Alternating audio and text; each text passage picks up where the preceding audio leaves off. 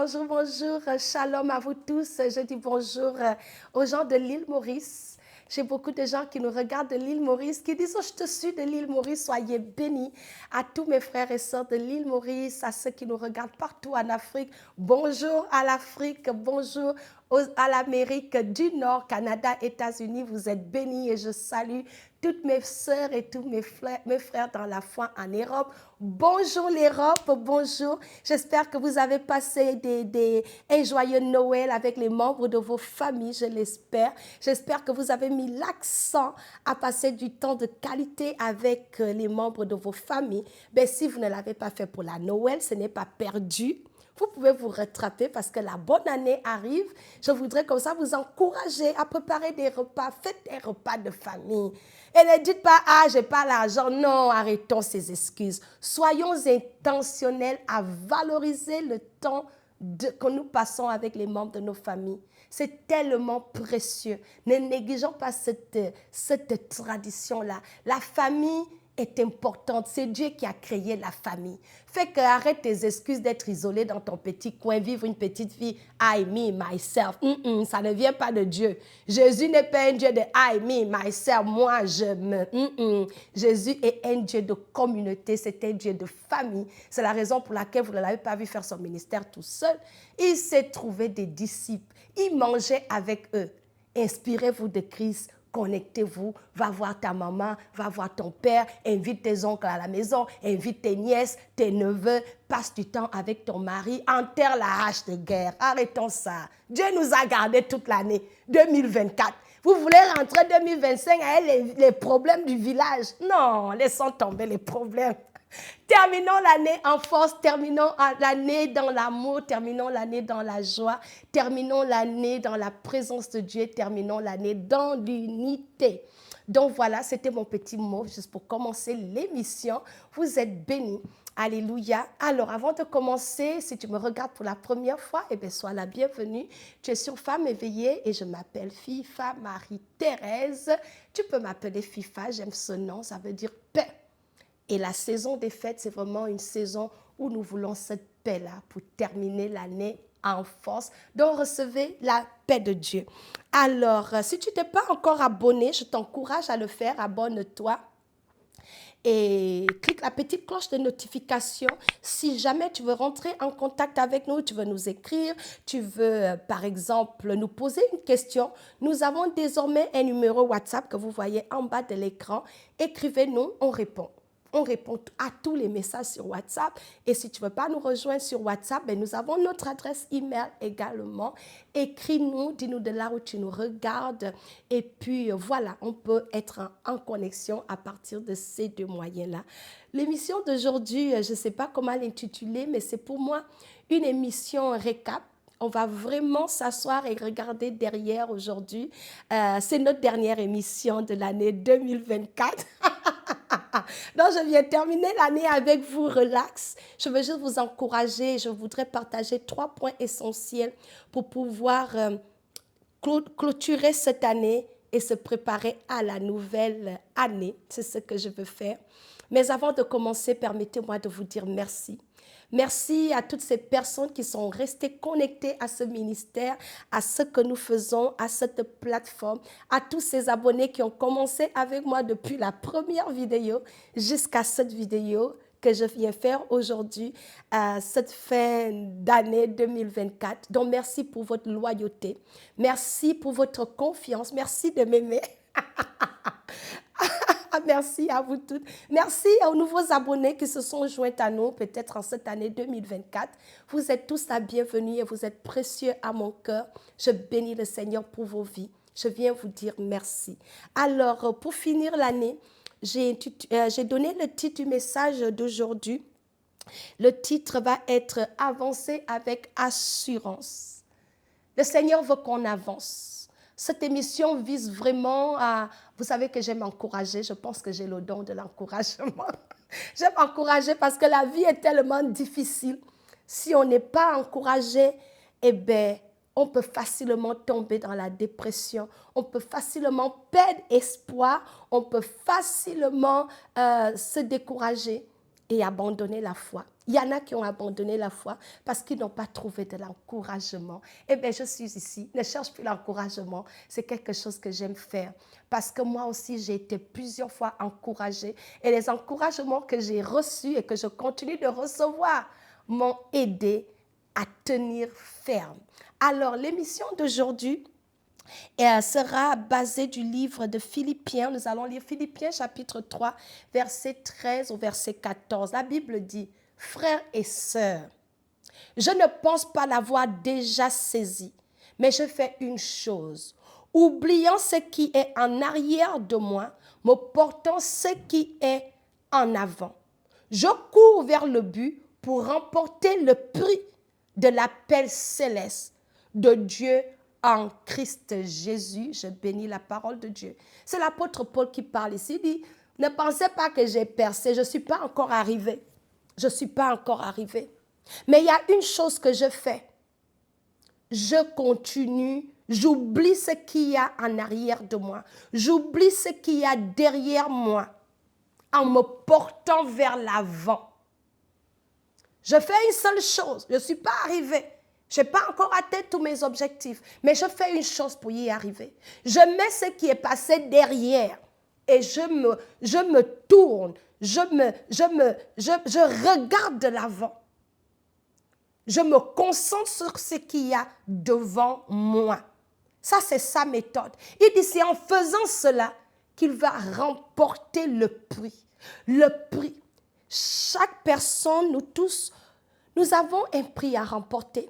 Dieu nous a créés pour un but. Il nous a créés pour atteindre certains objectifs. Il nous a créés avec un plan.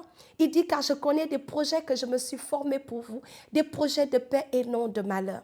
Et tu es en train de me regarder aujourd'hui, tu te dis, FIFA 2024, en train de finir, ça a été une année difficile, je n'ai rien vu de bon, et tu es peut-être découragé, et puis tu ne fais aucun, tu ne prends pas le temps d'évaluer 2024, et tu veux rentrer en 2025. Non. Je voudrais, au travers de ce message, nous encourager vraiment à avancer avec assurance. Ce n'est pas toujours facile d'avancer lorsque tout s'est écroulé, mais le Seigneur, dans ce passage, nous recommande d'avancer. D'avancer. Donc, le focus de mon message aujourd'hui, c'est nous expliquer 3 points. Qu'est-ce qu'il te faut? Qu'est-ce que tu dois faire pour avancer? 2024 est terminé. Les faits sont là, les douleurs sont là, les échecs sont là, les prières qui n'ont pas été exaucées sont là. La vie a été difficile, les gens t'ont blessé, il y a eu des hauts, des bas. D'autres personnes, ça a été une année excellente. Les victoires sont là, les succès sont là, les bébés sont là, les maris sont là. Vraiment, c'est une année, tu fais le bilan, ça a été une très bonne année. Mais Dieu dit que ne laisse pas les succès de cette année t'empêcher aussi d'aller plus loin. Et si toi aussi, ton année, le bilan est un bilan que tiens, Yako, la vie peut être dure comme ça, ce message est également pour toi. Dieu dit que ne tiens pas compte, ne laisse pas le bilan de cette année affecter comment tu vas rentrer l'année prochaine, comment tu veux rentrer 2025. Donc, mon message aujourd'hui, c'est vraiment nous aider à nous préparer à la nouvelle année, nous donner des petites stratégies pour réévaluer. Parce que le Seigneur n'a pas fini avec nous.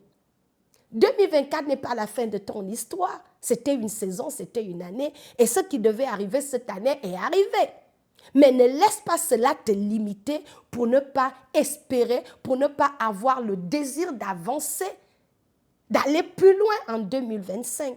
Donc, qu'est-ce qu'il faut faire? Tu me dis, FIFA, bon, c'est vrai tout ça, mais je commence où? Qu'est-ce que je peux faire? Alors, j'ai pour nous 3 points. Le premier point vraiment pour avancer, j'ai dit, il est important, de s'examiner. Cet examen-là consiste à regarder toi-même de janvier 2024 au mois de décembre 2024. Quand tu évalues là, réfléchis. Réfléchir là, ça consiste à s'asseoir et tu fais l'analyse. Cette analyse-là va t'amener à faire un examen où tu vas regarder ce qui n'a pas fonctionné et de discerner, demander à Dieu, Seigneur, pourquoi telle chose n'a pas fonctionné. Une fois que tu auras fait cet examen-là, tu pourras maintenant dire, mais qu'est-ce que je dois faire pour que ça fonctionne? Exemple. Je vais prendre quel exemple? Exemple, les résultats scolaires de tes enfants. Tu as examiné ta vie cette année et tu vois que partout ça a marché, financièrement ça va, mais tu regardes la vie de tes enfants et tu as des larmes. Tu regardes leurs résultats scolaires et tu te dis, tiens, ici, là, voici ce qui n'a pas marché. Mes enfants n'ont pas eu la moyenne. Aucun d'eux n'a passé ses examens. Est-ce que c'est comme ça que je veux que les enfants, là, continuent? Ça, c'est un constat que tu fais. Tu remarques qu'ils ont eu seulement 10 de moyenne. Entre-temps, il y en a qui ont les 18 de moyenne. Qu'est-ce que tu peux faire pour améliorer cela? Ça, c'est un problème. Parce que pourquoi des enfants aussi intelligents que Dieu a créés vont être en bas de la moyenne ou vont juste avoir la moyenne? La moyenne, lorsque la parole de Dieu dit que nous serons la tête et non la queue. Et maintenant, nos enfants ont des résultats médiocres. Donc là, tu peux faire ce constat-là, examiner et dire, qu'est-ce qui doit changer? Et peut-être pour toi, ce sera de dire, 2025, je vais commencer à faire les devoirs avec mes enfants. Je vais peut-être leur prendre un tuteur. Je vais peut-être enlever la télé. Ça, c'est une méthode. Moi, en grandissant, même adulte, mes enfants me disent, maman, tu n'aimes pas suivre la télé? Oui, la télé, c'est une denrée rare chez nous à la maison avec ma mère. Pendant l'année scolaire, il n'y a pas la télécommande. On regardait la télé en cachette pour tricher parce qu'elle était stricte. Elle trouvait que c'était la distraction. Ça nous empêchait de faire les devoirs. Donc, en grandissant, je suis une adulte qui ne sait pas suivre la télé. Quand je suis la télé, je dois programmer ça. Donc, tu pourras maintenant dire, j'ai fait l'examen. C'est pas bon. J'ai remarqué que les résultats scolaires de mes enfants, ça ne va pas. Tu peux analyser, regarder avec ton mariage, dans ton mariage, qu'est-ce qui ne va pas? Qu'est-ce qui n'a pas marché avec ton mari? Tu peux examiner dans tes finances. Quel est l'état de tes finances? Peut-être toi, tes finances, ça déborde. Mais cette année, tu peux dire, 2024, je suis à 100 000 $. Mais 2025, qu'est-ce que je peux faire pour quitter de 100 000 à 1 million? Donc, il faut faire cet examen-là dans chaque aspect de ta vie. À part l'examen, la troisième chose, ce que je voudrais que tu fasses, qu'est-ce qui doit changer? Parce que le but de faire l'analyse et d'examiner les choses, c'est pouvoir tirer des conclusions. Et lorsqu'on trouve ces conclusions-là, on vient avec un constat et on se dit face à ce constat, qu'est-ce qui doit changer? Qu'est-ce que je dois enlever? Qu'est-ce que je dois arrêter de faire? Qu'est-ce que je peux faire différemment? Qu'est-ce que je peux améliorer? Qu'est-ce que je peux commencer à faire? Qu'est-ce que je ne dois plus faire? Donc, cette deuxième partie-là, c'est de t'amener à identifier quel domaine améliorer dans ta vie. Qu'est-ce que tu dois abandonner? Certains parmi nous, c'est d'examiner et de dire que le groupe d'amis j'avais 2024 là, il ne faut pas, ils vont me suivre en 2025. C'est très important. Peut-être en faisant l'examen, tu vas remarquer que ton problème, c'était la qualité de tes amis parce que depuis que tu marches avec ce groupe d'amis-là, tu es que dans des foutaises. Tu es versé dans foutaises. Toi-même, tu ne te reconnais plus. Tu fais les bêtises, tu dépenses maintenant plus, tu sors chaque semaine. Toi qui ne sortais pas beaucoup, tu termines l'année, tu n'as pas d'économie parce que tout ce que tu as fait, c'était boire, manger, sortir, restaurant, les copines, les copains à gauche, à droite. Tu as mené une vie de distraction parce que ton groupe d'amis, c'est un groupe d'amis qui aime faire la fête. Et comme tu les as suivis là, te voilà, tu es venu quelqu'un, tu fais fête et tu n'as rien fait de productif. Tu n'as rien fait que tu as pu dire, ça là, je peux être fier de telle chose. J'ai accompli telle chose. Donc, c'est d'examiner la qualité des amis. Quel genre d'amis je dois aller chercher? Qui je dois enlever de mon cercle d'amis? Deux fois, il y a ce mensonge où nous croyons que parce que nous sommes enfants de Dieu, on va être amis avec tout le monde. C'est faux. C'est l'erreur. Les gens disent, Dieu est amour, Dieu aime tout le monde. Oui, il faut aimer tout le monde. Mais aimer tout le monde ne veut pas dire que tu dois être mouton et puis t'encombrer avec tout le monde. Parce que lorsqu'on lit la Bible, et j'espère que vous la lisez après l'émission sur lire la parole de Dieu, lorsque tu lis la Bible, tu vas voir que Jésus était très sélectif. Ce n'est pas tout le monde qu'il a ramassé pour être ses disciples. Et même avec ses disciples, là, il avait encore un autre groupe d'amis. Il y avait les trois. James, c'est qui même? James, Jacques, Jean et Pierre. Ça, c'était trois amis. Quand il avait des missions spécifiques, il laissait les autres, il laissait les 9 et il prenait 3. Les pharisiens étaient là. Vous avez vu Jésus marcher, pharisien. Parce qu'il y a cette mentalité, si tu ne comprends pas ça, tu vas te trouver des amis, des tueurs, des assassins, tu vas marcher avec tes ennemis. Ils vont te finir, ils vont prendre ton mari, ils vont gâter ton nom, ils vont aller exposer tes secrets, ils vont te créer des embûches, ils vont voler ton entreprise, ils vont induire tes enfants dans l'erreur. Tes amis sorciers que tu dis, comme je suis chrétienne, Dieu a dit d'aimer. Ce n'est pas biblique. Je veux choquer quelqu'un pour vous dire que ce n'est pas biblique de s'encombrer avec tout le monde n'importe comment et dire que c'est à cause de Dieu que tu le fais. Non. Dieu dit d'aimer tout le monde. Est-ce que Dieu haïssait les pharisiens? Il ne les haïssait pas. Jésus n'haïssait pas les pharisiens, mais ils n'avaient pas leur temps aussi. Ils n'avaient pas leur temps. Parce que quand les pharisiens suivaient Jésus, là, c'était pour chercher à l'accuser. C'était chercher à le tuer. Donc Jésus n'investissait pas son temps avec ses ennemis. Mais ils étaient là. Il ne les empêchait pas d'être là. Mais il se concentrait, il investissait ses ressources, sa connaissance, son temps aux gens qu'il avait choisis. Et même parmi les 12, là encore, il a encore trié. Il avait les 3. Alléluia. Ça, c'est la mentalité de Christ. Dieu ne t'a pas dit, même Dieu. Ah, j'aime toujours cet exemple, là me plaît beaucoup. Aujourd'hui, on est en train de terminer 2024, relaxons. C'est l'exemple de Dieu lui-même. J'espère que vous tous, vous savez que le diable était un ange beau, on l'appelait l'ange de lumière. Il habitait au ciel. Il était le chef de l'orchestre, un chantre, mais pas pareil. Mais même Dieu, parce que quand on décrit Dieu, on dit Dieu est amour. Même Dieu dans toute sa nature d'être amour là, il n'a pas toléré les foutaises du diable au ciel pour dire que je suis trop amour. C'est moi Dieu, j'aime trop. Dieu n'a pas fait ça dès. Il a dit, Satan, foutaise, tu veux venir te reproduire moi dans mon royaume là. Je ne vais pas te tolérer ici. Dieu s'est séparé de lui rapidement. C'est comme ça on l'a précipité sur la terre. C'est parce qu'il voulait frustrer Dieu au ciel là-bas. Mais toi, tu es là, tu tolères tout le monde qui te frustre. Tu es devenu plus que Dieu. Dieu n'a pas toléré le diable. Quand le diable a été exposé que c'est ça ton agenda, il créait des magouilles là-bas.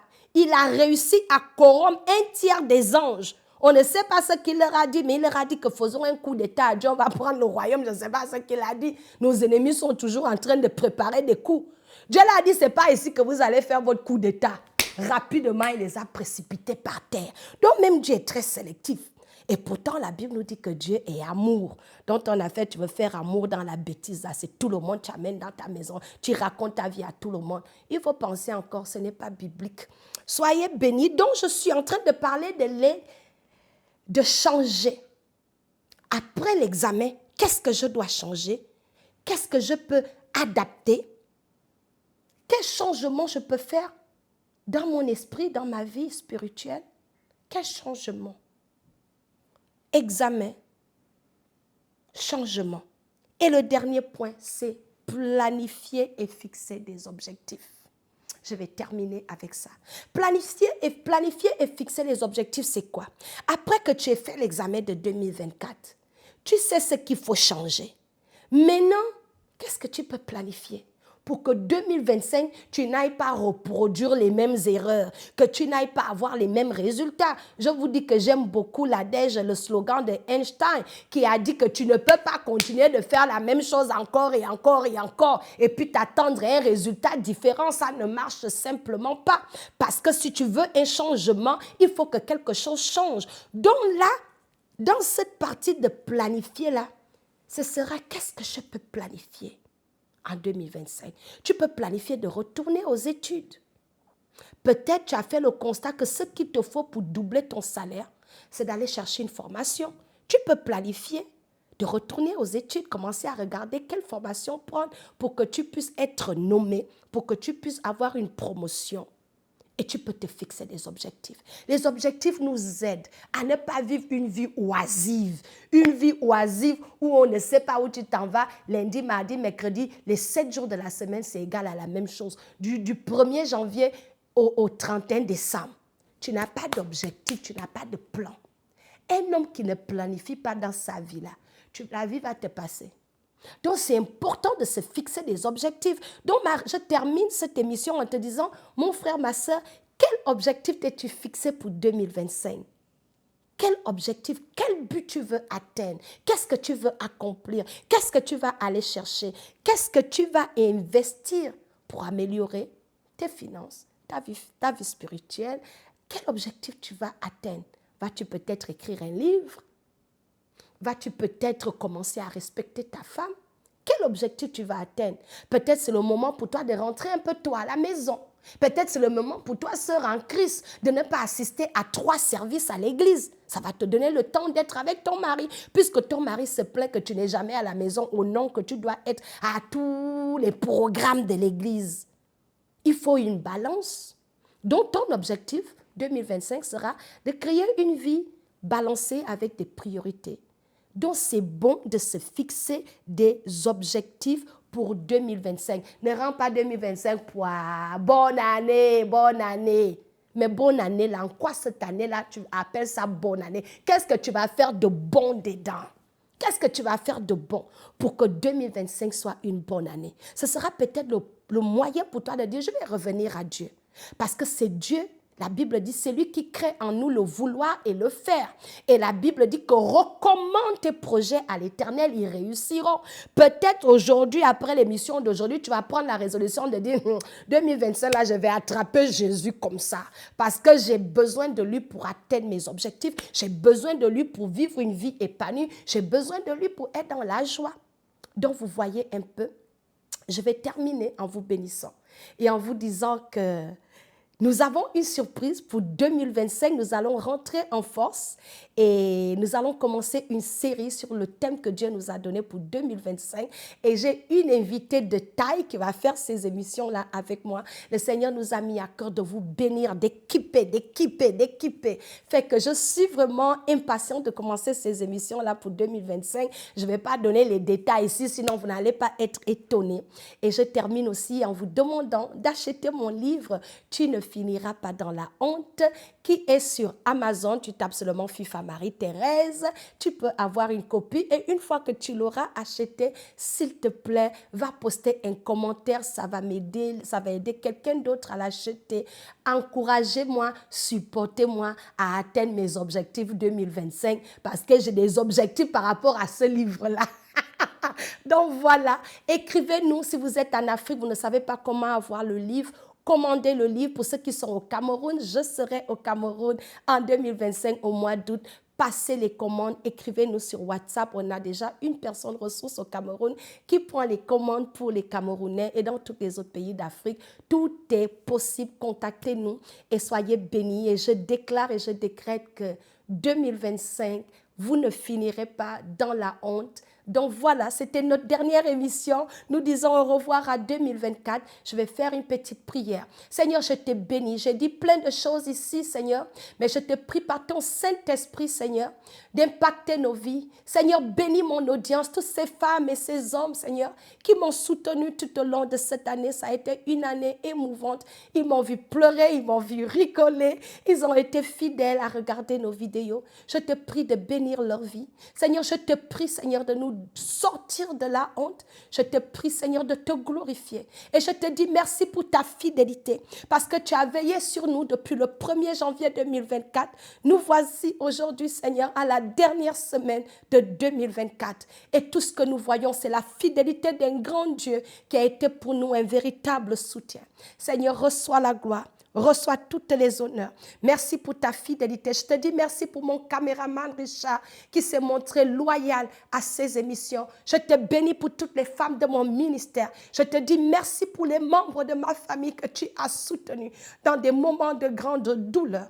Reçois toute la gloire et les honneurs, Seigneur. Merci pour 2024. Nous te bénissons, Seigneur, pour tout ce que nous avons pu faire et ce que nous n'avons pas pu faire en 2024. Nous comptons sur ta grâce pour 2025. Reçois les honneurs, Seigneur. Je m'abaisse devant ta grandeur et je te retourne tous les honneurs. Je te retourne les actions de grâce et j'élève ton nom plus haut dans ma vie et sur cette émission, Femme éveillée. In Jesus' powerful name, I have prayed. Amen. Soyez bénis. On se retrouve l'année prochaine, 2025, pour une première émission, une émission à ne pas manquer parce qu'on aura une invitée de taille. Vous ne voulez pas la rater. Mouah. Allez, Passez bien vos fêtes, passez du temps en famille. Je vous aime. Merci.